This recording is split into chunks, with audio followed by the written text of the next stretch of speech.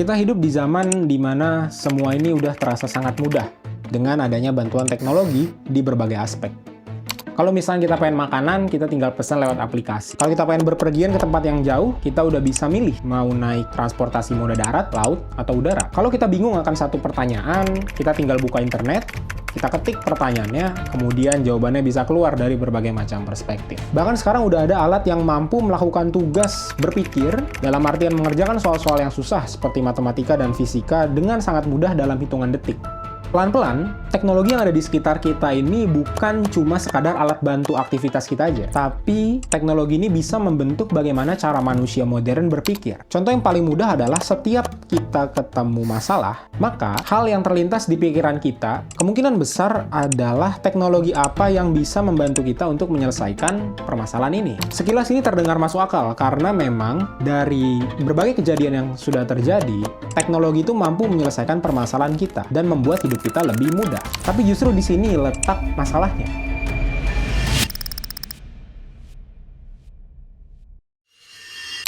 So if you are a person living in a remote town, you don't have access to healthcare.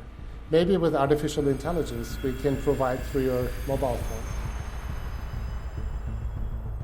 Ketika hidup kita itu menjadi lebih mudah dengan bantuan teknologi, maka segala macam masalah yang muncul, kita akan mencari teknologi apa yang bisa menyelesaikannya. Nah, pandangan seperti ini yang disebut sebagai technosolutionism. Keyakinan bahwa setiap masalah itu punya teknologi yang mampu menyelesaikannya. Masalah dari technosolutionism itu bukan pada teknologinya, tapi bagaimana cara berpikir kita dalam memaknai teknologi ini. Karena teknologi yang biasanya kita pakai itu hanya bisa menyelesaikan dampak dari sebuah masalah, bukan benar-benar menyelesaikan penyebab utamanya. Contoh aja dari beberapa hal yang mungkin relate. Kalau orang yang sakit mah, udah bisa beli obat mah di mana-mana, tapi pola makannya masih nggak dijaga. Kemudian industri melakukan pencemaran. Biasanya orang akan bergantung pada teknologi pengolahan limbah. Tetapi aktivitas industri yang sebenarnya mengeluarkan limbah itu masih tetap berjalan. Contoh berikutnya, energi fosil yang mulai menipis dan sekarang seluruh dunia itu udah mulai beralih menggunakan energi terbarukan. Tetapi konsumsi energi manusia itu masih terus meningkat. Kendaraan konvensional yang berbasis combustion engine itu menghasilkan emisi gas karbon. Akhirnya orang punya ide untuk membuat kendaraan listrik. Tetapi mobilitas manusia yang setiap hari berpindah-pindah itu masih tetap berjalan. Dan seperti yang kita tahu, kendaraan listrik juga punya dampak negatifnya terhadap lingkungan. Kemudian pemanasan global akibat aktivitas manusia. Ada orang yang menggagas ide tentang solar geoengineering, yang artinya adalah kita tutup bumi ini supaya panas dari matahari itu nggak nyampe ke bumi dan bumi mempunyai waktu untuk mendinginkan diri. Tetapi aktivitas manusia yang menyebabkan pemanasan global itu tetap berjalan. Dan nanti puncaknya, kalau misalkan bumi ini udah terlalu rusak oleh aktivitas manusia, kita punya ide untuk membuat roket, terus kita terbang aja ke Mars, kita lakukan terraforming, yang artinya kita mengubah Mars itu menjadi bumi yang layak huni. Tetapi kita membiarkan bumi ini rusak dan tidak bertanggung jawab atas kerusakannya. Kalau misalkan contoh-contoh yang gue sebutkan tadi itu terdengar masuk akal dan normal, artinya memang cara berpikir kita itu udah berhasil dibentuk. Bukan untuk mempertanyakan bagaimana cara kita hidup dan beraktivitas, tetapi kita dipaksa percaya bahwa segala kerusakan yang kita timbulkan dari aktivitas kita itu akan mempunyai teknologi suatu saat nanti di masa depan yang bisa menyelesaikannya. Menurut pemikiran gue, ada 3 hal yang terjadi secara bertahap bagaimana technosolutionism ini terbentuk. Kita mulai dulu dari yang pertama, rasa ingin tahu. Sejak dulu, manusia itu memang ingin mengetahui bagaimana dunia bekerja.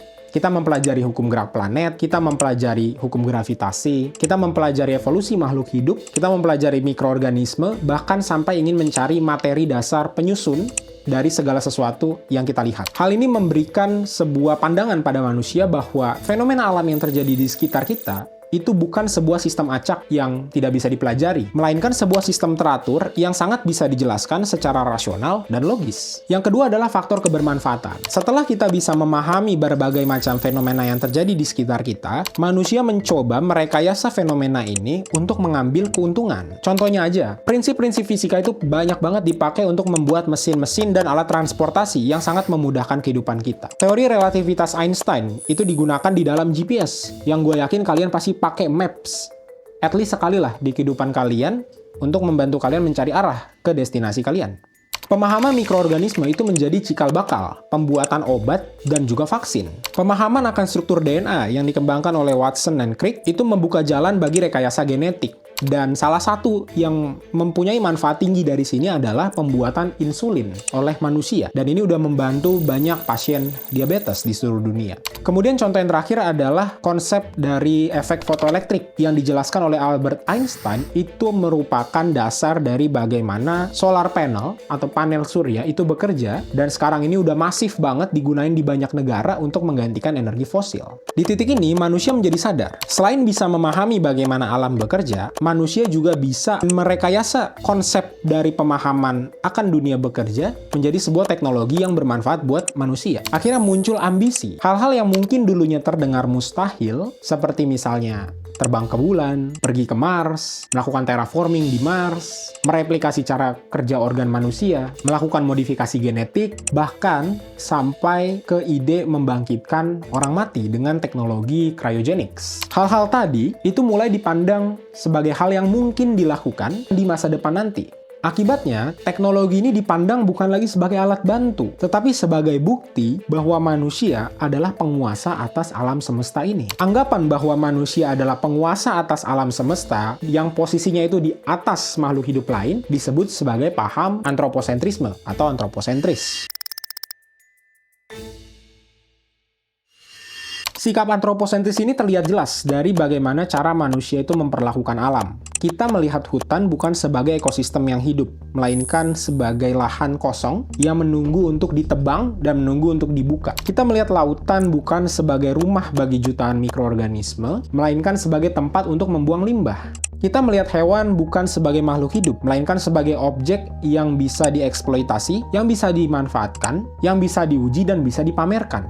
Ketika semua hal di sekitar kita ini dilihat hanya dari manfaatnya untuk manusia, maka kerusakan yang kita timbulkan di lingkungan sekitar itu menjadi sangat mudah dibenarkan. Meskipun di banyak belahan dunia, kerusakan akibat alam itu udah sangat masif, kita cenderung percaya bahwa kerusakan tadi itu boleh terjadi. Karena di masa depan nanti, kita akan membuat teknologi yang bisa memperbaiki seluruh kerusakan tersebut. Kalau hutan rusak, kita bicara reforestasi berbasis drone. Kalau laut tercemar, misalnya oleh plastik atau microplastic, kita bicara tentang teknologi pengolahan limbah plastik, seperti misalnya filter untuk mikroplastik tadi. Kalau emisi karbon meningkat, kita bicara tentang teknologi carbon capture atau carbon utilization. Kalau pangan kita terancam, kita bicara untuk bagaimana menumbuhkan makanan bukan lagi di tanah, tapi di dalam lab, atau melakukan modifikasi genetik pada tanaman supaya bisa menghasilkan nutrisi yang lebih tinggi. Teknologi seperti itu mungkin berguna, tetapi kalau pola pikir dasar manusia sebagai pengguna teknologi itu tidak berubah, maka teknologi